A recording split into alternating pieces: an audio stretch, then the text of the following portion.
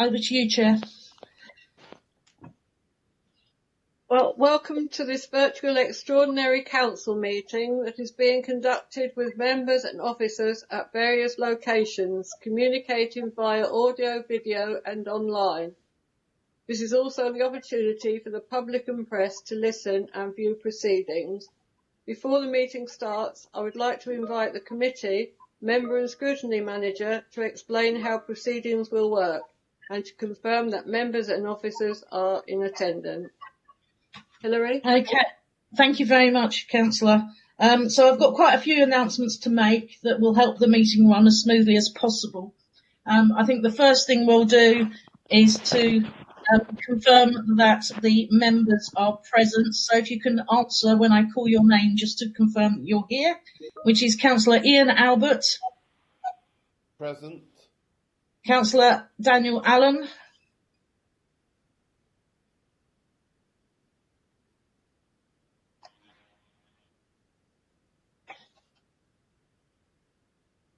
Present. Councillor Kate Aspinwall.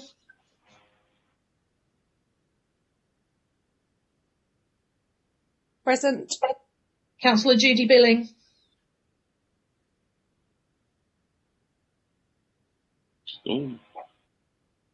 Present. Councillor Morgan Derbyshire. Present. Sorry, I missed Councillor Sam Collins. Apologies for that. I'm still here. Okay. Councillor Jean Green. Here. Councillor Simon Harwood. Yes, I'm here. Thank you, President. Councillor Terry Hone.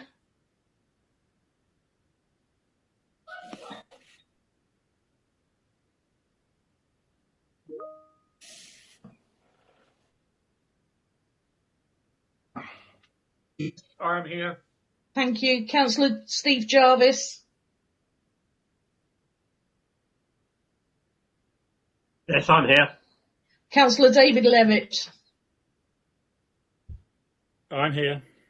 Councillor Gerald Morris.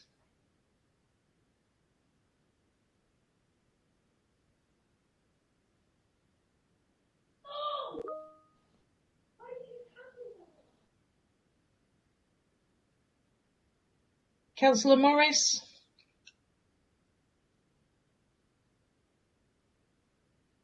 Hilary, your microphone's muted. Mine is. I'm here now. I was a listener. Okay. I'm here now. Okay. Councillor Lisa Nash.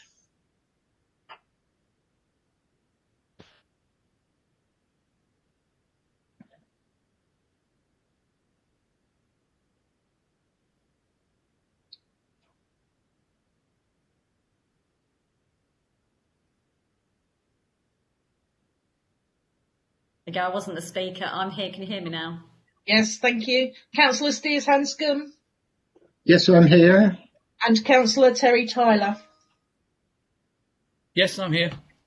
Thank you. So that's the first to confirm everybody's here. So with the agreement of the group leaders, the meeting is going to operate with the quorum number plus one additional member from each group, which is the 15 members we've just called. If for any reason the meeting is not quorate, an officer will notify by interjecting into the meeting. The meeting will adjourn immediately, and once the meeting is quorate, the meeting will resume. Only members present during the entire debate for an item are entitled to vote. If a member has been cut off during the debate for longer than a few minutes and rejoined the meeting, they will not be able to vote on that item. As this is our first virtual meeting, please be guided by officers and be patient. Things may take longer than usual. There has been a significant amount of work going on behind the scenes, and given the time constraints of when the regulations were enacted to now, we must be prepared and be kind if there are any technical glitches.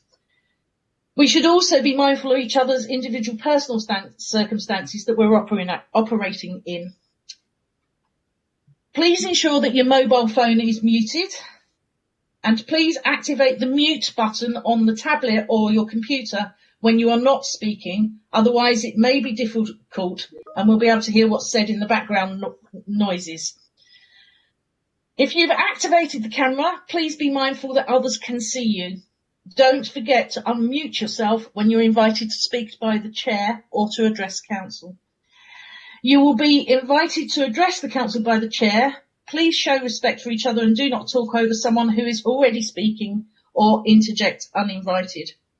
Please state your name each time you speak. If a member wishes to speak, they should use the hand or request to speak symbol, and this will alert the moderator that you wish to speak. The moderator will inform the chair of the names of the speakers, who should wait to be invited by the chair to address the council meeting.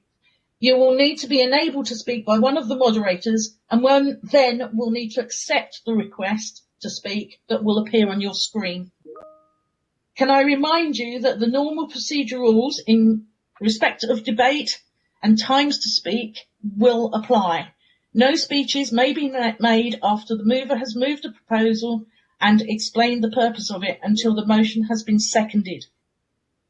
When seconding a motion or amendment, a member may reserve their speech until later in the debate. In accordance with the Constitution,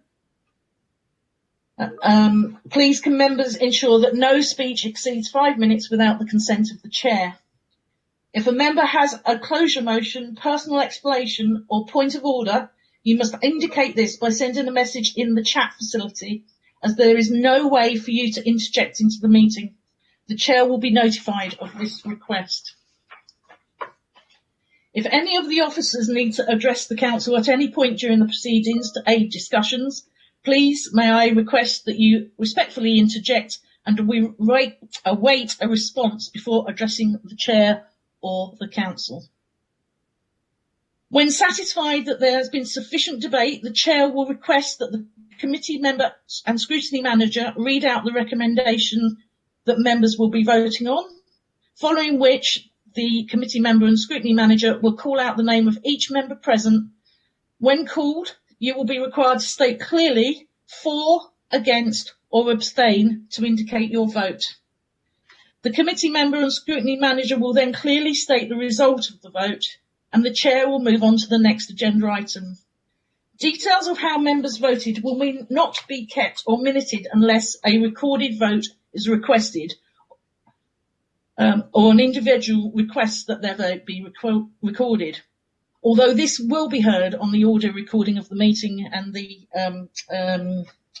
YouTube recording. In the event of a tied vote, the chair will have the casting the vote. Are there any questions before we start the meeting?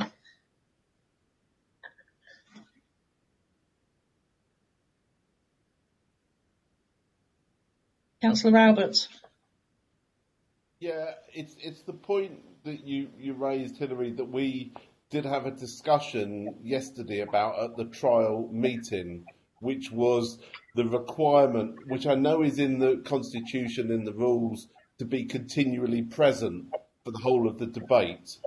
I'm hoping this won't be an issue today, but as we know, technology is such, it could be your local broadband connection fails, not just this technology, but so we did discuss about whether there was a possibility of exercising at least some discretion in that element when we had our trial run yesterday. Has that been further considered during the day? Because what you read out is effectively, I know, is precisely what's in the rules, but doesn't necessarily reflect the kind of situation that we're now in. Mel, do you want to confirm this? Because I think we were agreed to wait a couple of minutes for people. Yeah, Councillor Steers Hanscom, I know that you want to come in at this point. Did you have anything to add to that? No, my question was that when we indicate that we wish to speak, we're to press a hand, and under this new system I don't have a hand to press. So is it a matter of going on the chat or unmuting? You should have a request to speak somewhere. It might be called something other than a hand. It might be request to speak, or as a speaker you won't see it, but the minute you mute your microphone you will. So you won't see it at the moment, but you will when you mute your microphone. Yes, you're muted now, Just Mark. muted it, but I didn't see a request to speak. What, the hand? There's no hand on my, unfortunately. Down the bottom of the screen. I've got mute me, disable camera, share screen, group chat, leave meeting. That's all I got. Okay. Councillor Aspin would like to speak.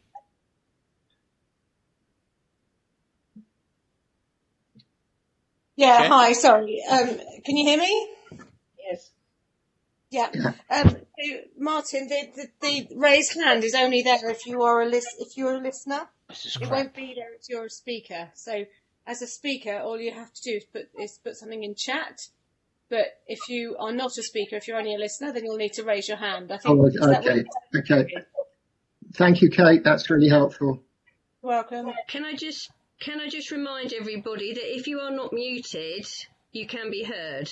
So can I just remind you to mute yourselves? In terms of monitoring people dropping in and out of the meeting, we have got somebody monitoring that. So if they've gone for a few minutes, then that's where the meeting will carry on. But if they drop off for any longer than a few minutes, it's not going to be practical for them to take part in the meeting and continue and vote. Do you want me just to add something in terms of the legal position? Jeanette Thompson, Service Director, Legal and Community, is that the new regulations do require that members should be present for the item in terms of the virtual meeting. And I think the latitude that we discussed, i.e. a couple of minutes, has got to be equivalent to even someone walking out of the chamber and coming back in again. I think 2 minutes is probably the maximum time you could, with all sort of discretion, allow without it becoming too difficult to justify that they should then come back into the meeting and vote. Yep.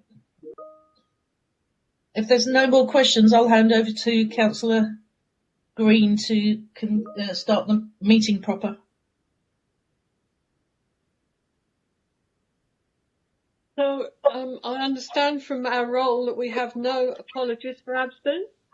No.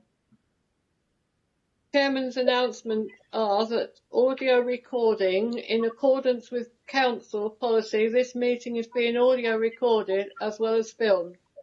The audio recordings will be available to view on ModGov and the film recording via the NHDC YouTube channel. Members are reminded that this council has declared a climate emergency. This is a serious decision and means that as this is an emergency, all of us officers and members have that in mind as we carry out our various roles and tasks for the benefit of our district. Members are reminded to make declarations of interest before an item. The detailed reminder about this and speaking rights is set out under Chair's announcements on the agenda. Can I remind members that they may only speak once on a motion and once on any amendments. I will be taking the Part 2 Item 6 referral from the Employment Committee after the introduction at Item 3. We will then return to Part 1 Item 3 to confirm the decision, following which Agenda Item 4 Senior Management Report will be considered. We go on to referral from Employment Committee, 17th of March 2020, Senior Management Arrangements. Can I invite Councillor Steers Hanscom to present the referral from the Employment Committee? Can I? Thank you, Chair. Item 3 is the public report, which will conclude the process that we started on the 27th of February. The report reminds us of the decision we took with cross-party support to delete the posts of Chief Executive and Deputy Chief Executive and for the establishment of the new Managing Director post. This was passed with none against and only 3 abstentions. Of course, had we known that the lockdown was coming, we may not have chosen to make this change, but we are where we are. I remind you that the only reason we are doing this because we expect further government cuts in future years for which we have to make savings. It is important that we can conclude this afternoon so that we can concentrate on what is most important to us and to our residents at this time, supporting the fantastic work our staff are doing to protect the vulnerable and keep key services going. As we will be discussing the appointment of our most senior officer, and under the relevant section of the Local Government Act, we will need to move into private session after the proposal's been formally moved and seconded. But there will be a public vote on this item when we return to part 1 a little later in the meeting. I won't say any more at that point unless there are any questions in part 1. So I'll leave it there. Thank you, Chair. Chair, Can I invite Councillor? Chair, can I just interrupt you? We've had a notice that somebody wishes to speak.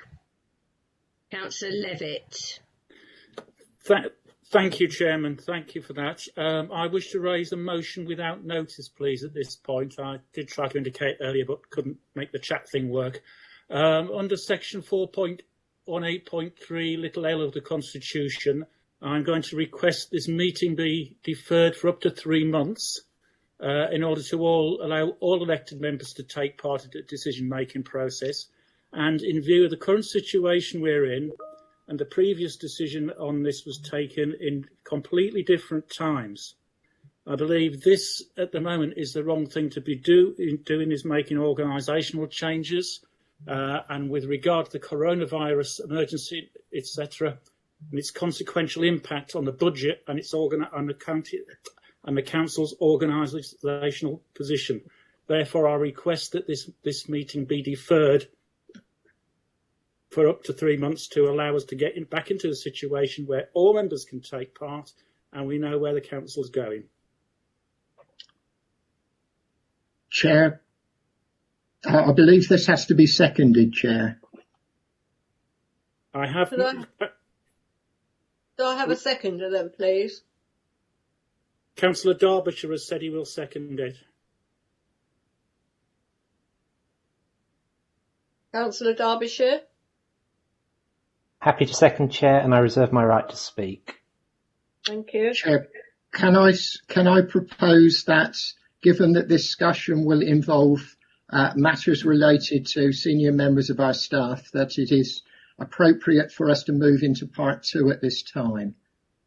So can I move the motion that we move into part 2 for those reasons? And how does Councillor Levitt feel about this? Yeah, yes, I'm happy to move into part 2 to discuss it further.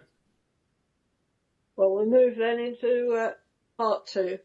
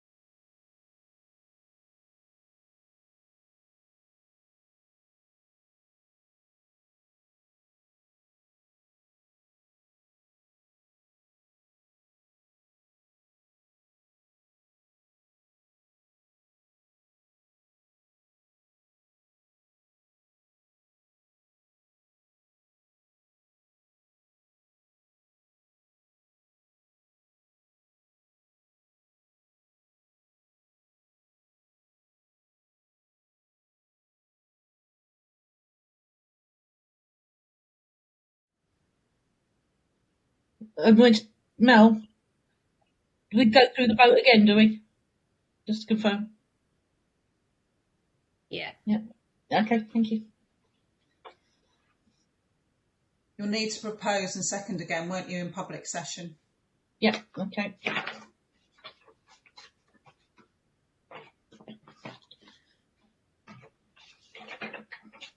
We can. We're now turning to part 1.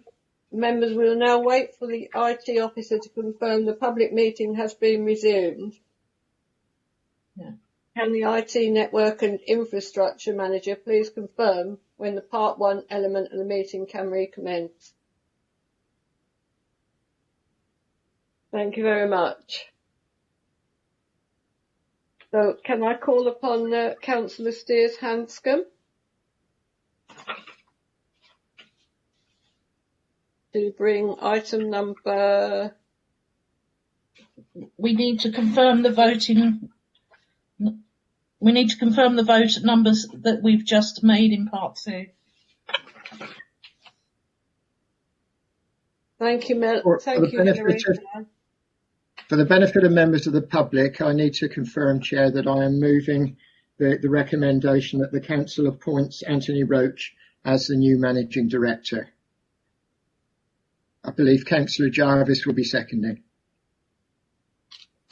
Is that, do we have the seconder, Councillor Jarvis? Yes, I'm happy to second that. Thank you. So we'll go for the vote, please.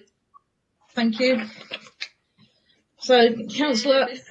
Before you do, did you want to take any debate? Because there is somebody wishing to speak. Okay, we'll hear them. That's Councillor Murray. Thank you, Chair. If I'm not mistaken, Councillor Levitt is no longer in the meeting, and I believe he wanted to propose an amendment to this item, so I don't know where that leaves us. Thank you.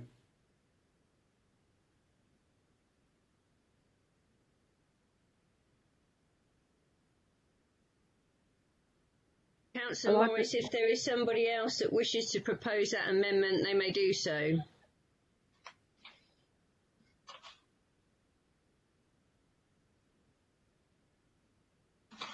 As I just said, this is hardly this is effectively people leaving the meeting and going to the toilet. I mean, Councillor Levitt has left the meeting, I think, 2 or 3 times now, as has Councillor Derbyshire. It's a bit confusing and unsatisfactory, I'd have said. I really think you should wait for him to return, Councillor Levitt to return to the meeting, if he's able to. Maybe he has gone to the toilet. Well, in normal circumstances, if they leave the meeting, then they are not allowed to vote. So should we get on with the vote as it was? These are hardly normal circumstances. He's not voluntarily left the meeting.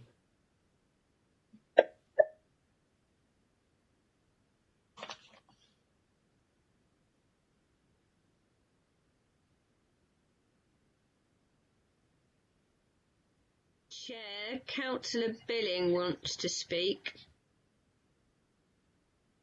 Councillor Judy Billing, did you want to say something, please? Yeah, I totally agree that these are not normal circumstances, but in fact, in terms of people going in and out of meetings, they are normal circumstances. If I leave a meeting at the council chamber because I want to go to the toilet or for any other reason, I'm deemed to have left during the debate and I don't get to vote. I don't see why it's different here. Quite honestly agree. Thank you. Chair, Councillor Albert wishes to speak. Councillor Albert, would you like to speak? Yeah. Sorry to interrupt, yes, Councillor I would. Levitt I mean, back at really, meeting. just to echo what Councillor Billing has said, and my assumption is, Councillor Morris, is that since you know that David Levitt wants to move an amendment, that you can move it on his behalf, and or indeed one of the Conservative group can move that amendment. I assume you all know what the amendment is, so move it. Otherwise, let's move on to the vote. As I just said, Councillor Levitt is back in the meeting.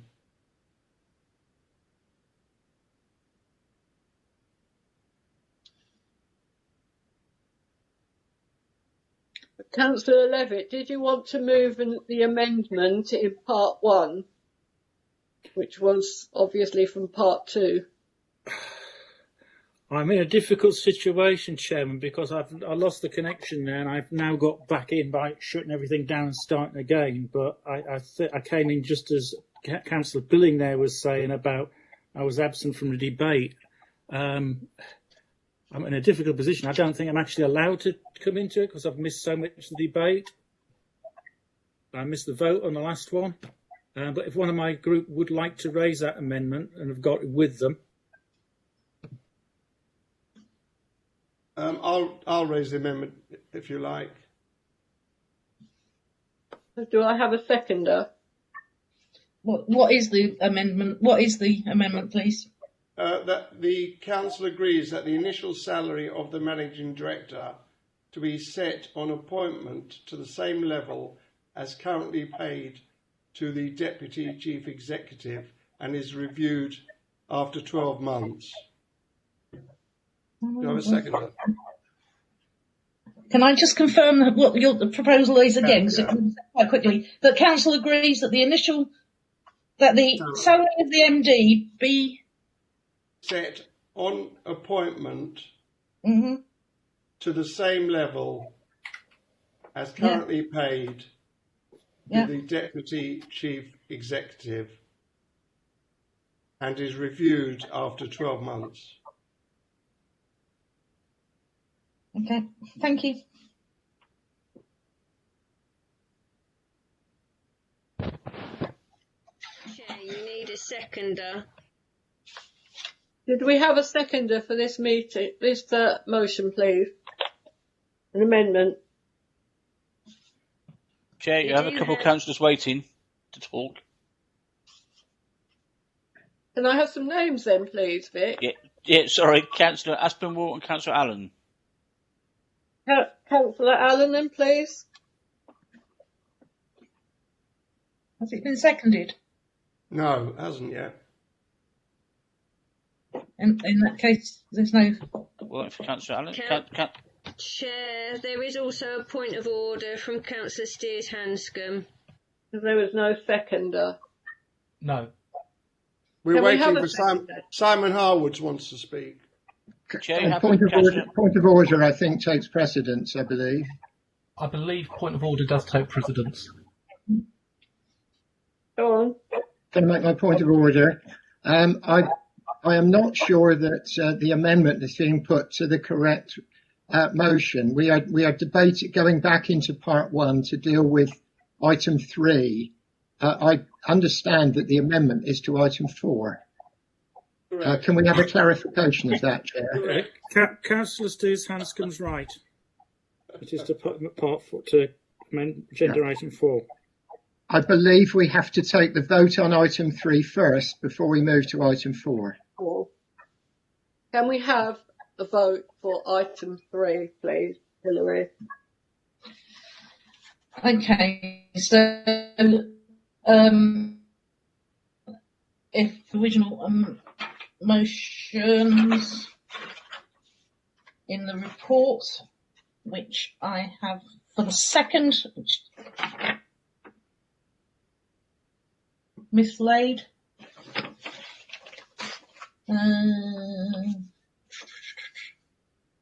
Councillor Steers Hanscom and Councillor Jarvis. Sorry.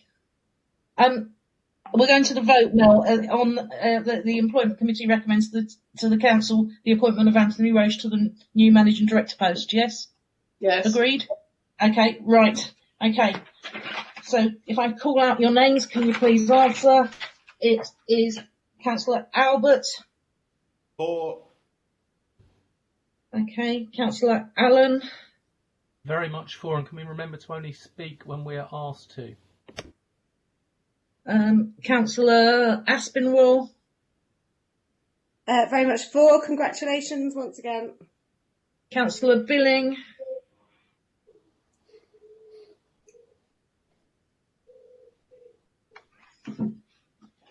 Massively irritated, but definitely for. Councillor Collins. Not especially irritated, definitely for. Councillor Derbyshire. As I've missed half of this motion because I keep losing connection, I'm not going to vote. Abstain. Okay, thank you. Councillor Green. Against. Thank you. Councillor Harwood. Abstain. Thank you. Councillor Hone. Abstain. Thank you. Councillor Jarvis.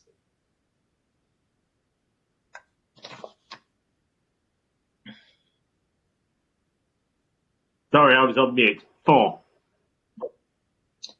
Thank you. Councillor Levitt. I think you're... I don't think I can vote. Okay, thank you. Councillor Morris. Abstain. Thank you. Councillor Nash.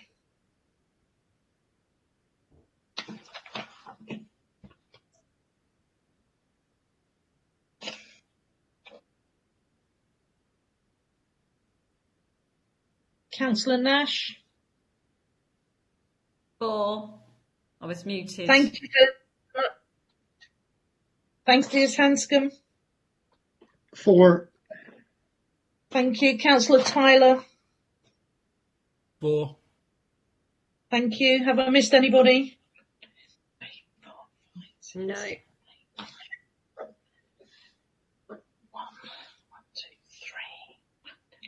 13, 2 not voted. That's that. That's fine. So the cap.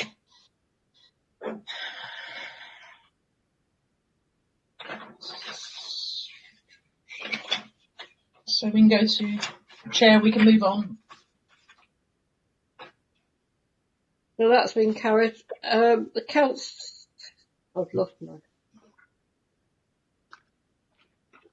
So we've moved on to the senior management report, Chair. Yes. Item 4. Item 4 is the senior management report. Can I invite Councillor Steers Hanscom to present the report and move the recommendations? I think has that been confirmed that Councillor Steers Hanscom is to move this motion?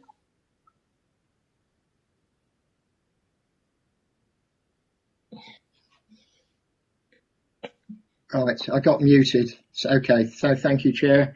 I'd like to move the recommendations in item 4 as I'll first refer to section 8.1, and I need to make it clear that we are not creating a separate deputy in terms of the deputy managing director. What we will be doing is, because we need to have cover when the managing director is off either sick or on annual leave, we need to have somebody to act as deputy in that case.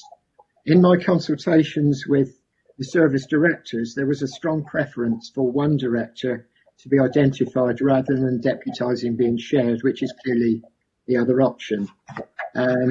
Doing that would run the risk of confusion, which is why the recommendations 2.1 and 2.2 recommend that we appoint one of the service directors, that service director to be decided by a recruitment process carried out by the existing head of paid service and the future head of paid service.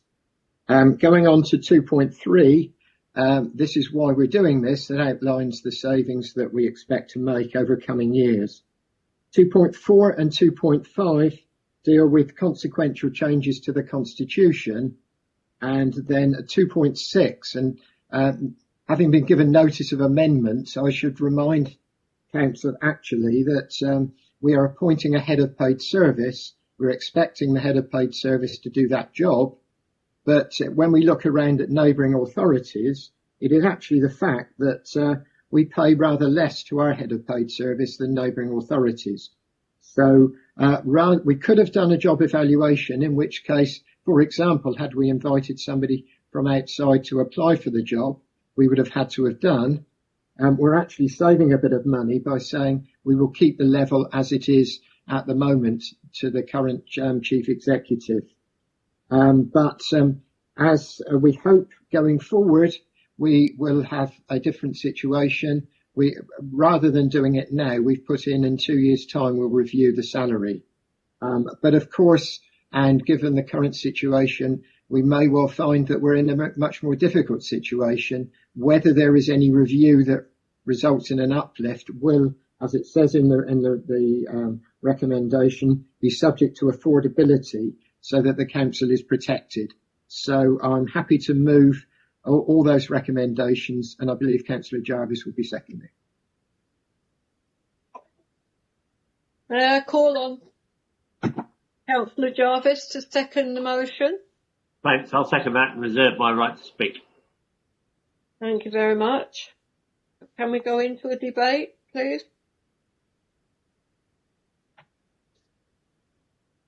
Councillor Levitt wishes to speak, and then Councillor Morris.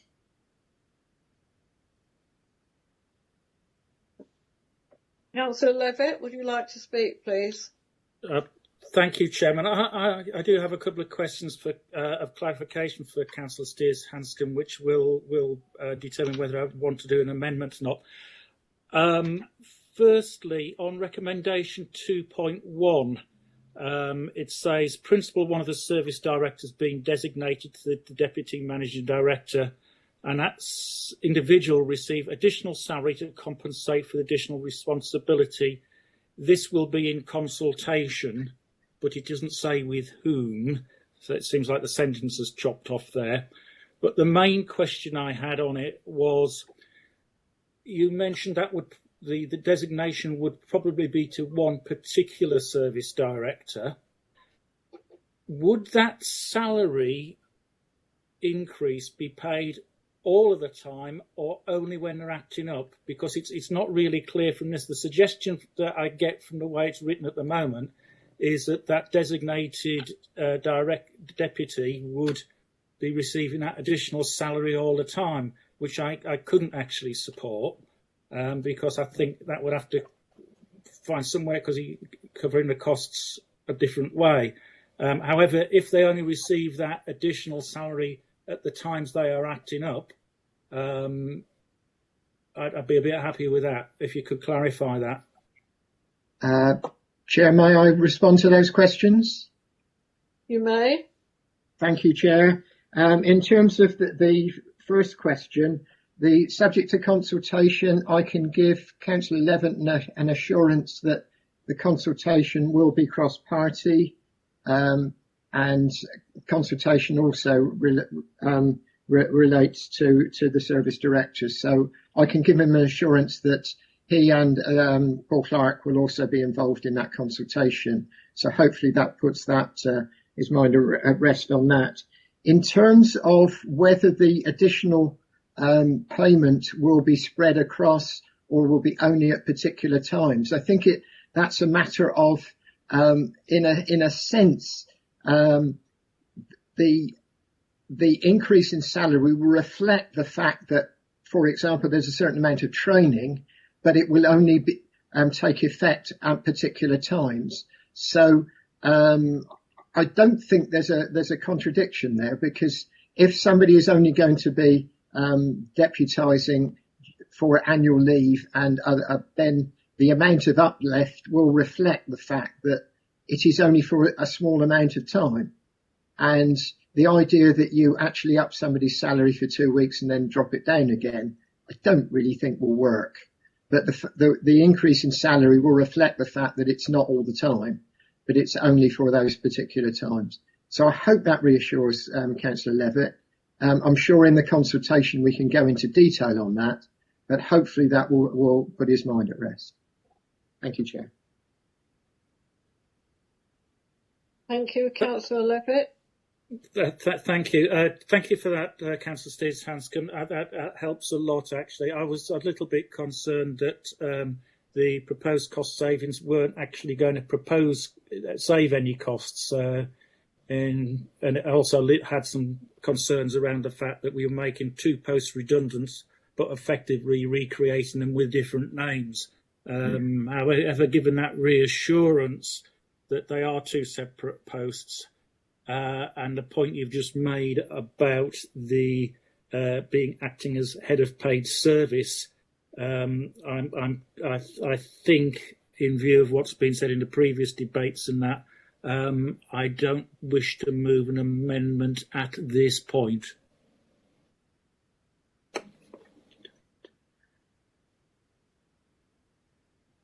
Do I have any other speakers, please?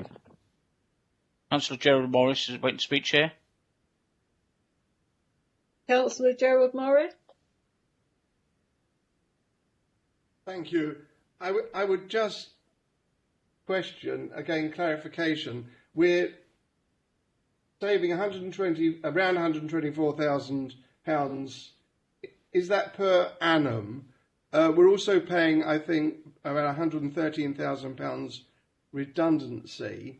We're having an acting deputy who isn't actually going to be the deputy MD, only when he needs to be the deputy MD.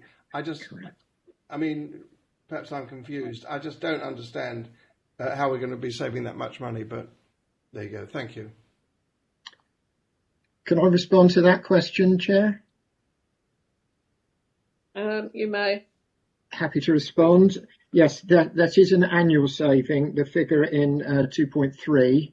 The matter of the redundancy pay will come out of our reserves, which has been budgeted for. In terms, we are as an answer to Councillor Levitt's question, the reason we are making savings is because we did have 2 people in these jobs. We will have 1. There will be a slight less of a saving because we are paying a little bit to the person who will be deputising on those occasions when the managing director is unavailable. Thank you. Thank you. Are there any more persons that wish to speak on this motion? Nothing shown, Chair. Then we can go to the vote.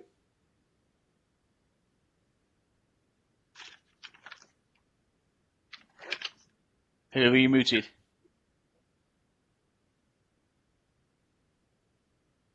Hilary? Thank you. Sorry about that. I had my mute button on and was speaking to nobody. Apologies for that.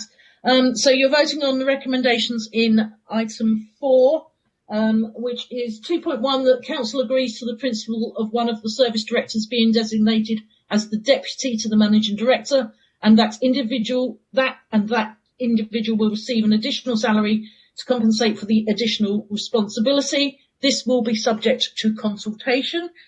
2.2, that Council confirms that the recruitment of a service director to be designated as the deputy for the managing director would be made by head of paid service in consultation with the leader of the council and the future head of paid service. 2.3, that Council notes the forecast savings of around 124,000 and that this will be reflected in the budget setting process for 2021-22 onwards. 2.4, that Council instructs the monitoring officer to make the necessary amendments to the Constitution in respect of the roles of Managing Director and Deputy Managing Director to be reported to Council in July. 2.5, that Council instructs the Chief Finance Officer to make the necessary amendments to the financial regulations in respect of the roles of Managing Director and Deputy Managing Director to be reported to Council in July. 2.6, that the Council agrees that the salary of the Managing Director is reviewed during 2022-23 to ensure that it is competitive against other similar roles, subject to affordability in relation to the Council's budget position. I will now read out your names and we'll take a vote. So can I start with Councillor Albert, please? For. Thank you. Councillor Allen?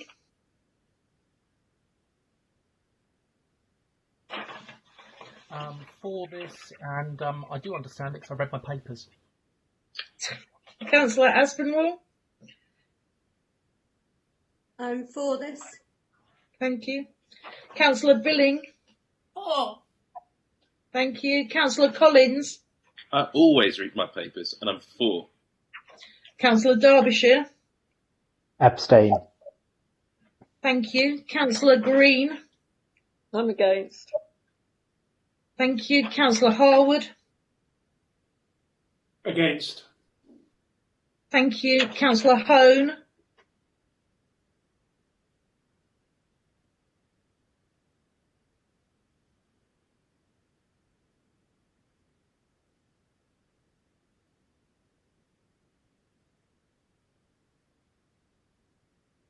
Are we having trouble with Councillor Hone? Shall I come back to you in a moment, Councillor?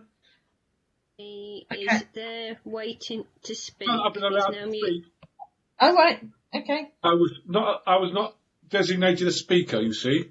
And as I'm now a speaker, I'm going to say abstain. Thank you. Thank you very much, Councillor. Councillor Jarvis? For. Thank you. Councillor Levitt? Abstain. Thank you. Councillor Morris?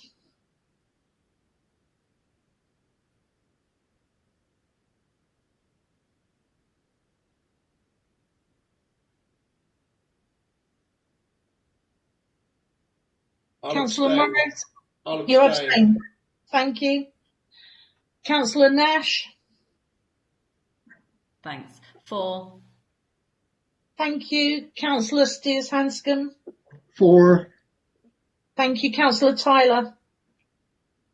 For. Thank you. Give me 2 seconds to add up. 1, 2, 3, 4. 1, 2, 3, 4, 5, 6, 7, 8, 9, 10. Right, motion is carried. Thank you.